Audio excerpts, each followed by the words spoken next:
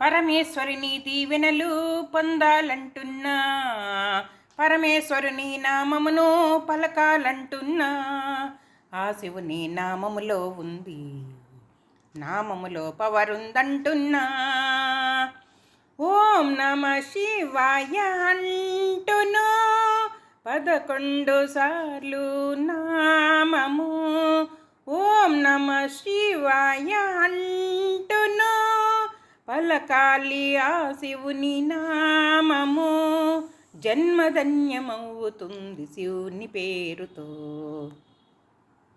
కైలాసము, ఓహో కైలాసము, కైలాసము ఉన్నది ఎంత అందము. నంద్యాసనం, శివుని నంద్యాసనం, ఆసనం ఉన్నది ఏమి అందము.